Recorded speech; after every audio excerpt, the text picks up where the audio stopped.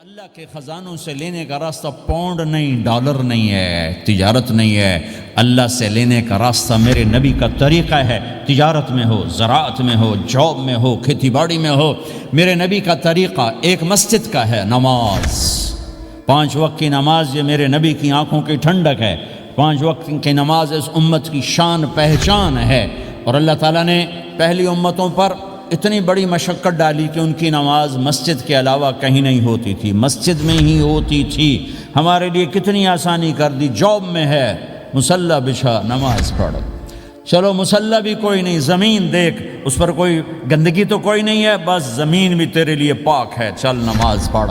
اور آسانی کر دی، پانی کوئی نہیں ہے، کوئی بات نہیں، مٹی میں ہاتھ مار، منہ پہ مل، پھر ایک ہاتھ مار، یوں کر، چل نماز پڑھ، میں تیری قبول کروں گا۔ یہ کسی امت کے ساتھ یہ نہیں ہوا، انہیں وضو ہی کرنا تھا چاہے پانی 50 میل پر موجود ہو۔ اور ہمارے لیے پانی کوئی نہیں ہے، چلو تیمم، مٹی میں ہاتھ ہمارا یوں کیا، پھر ہاتھ ہمارا ایک یوں کیا، ایک یوں کیا، چل بھائی اللہ اکبر، قبول۔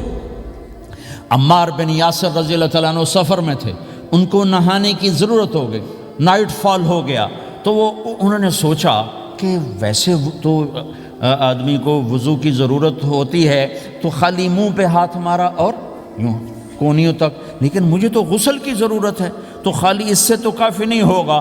تو انہوں نے کپڑے اتارے، اکیلے تھے، ریت کے اوپر کبھی یوں لیٹے، کبھی یوں لیٹے، کبھی یوں لیٹے، 3-4 دفعہ یوں یوں اور یوں یوں رول ہوتے ہوتے پھر انہوں نے نماز پڑھی۔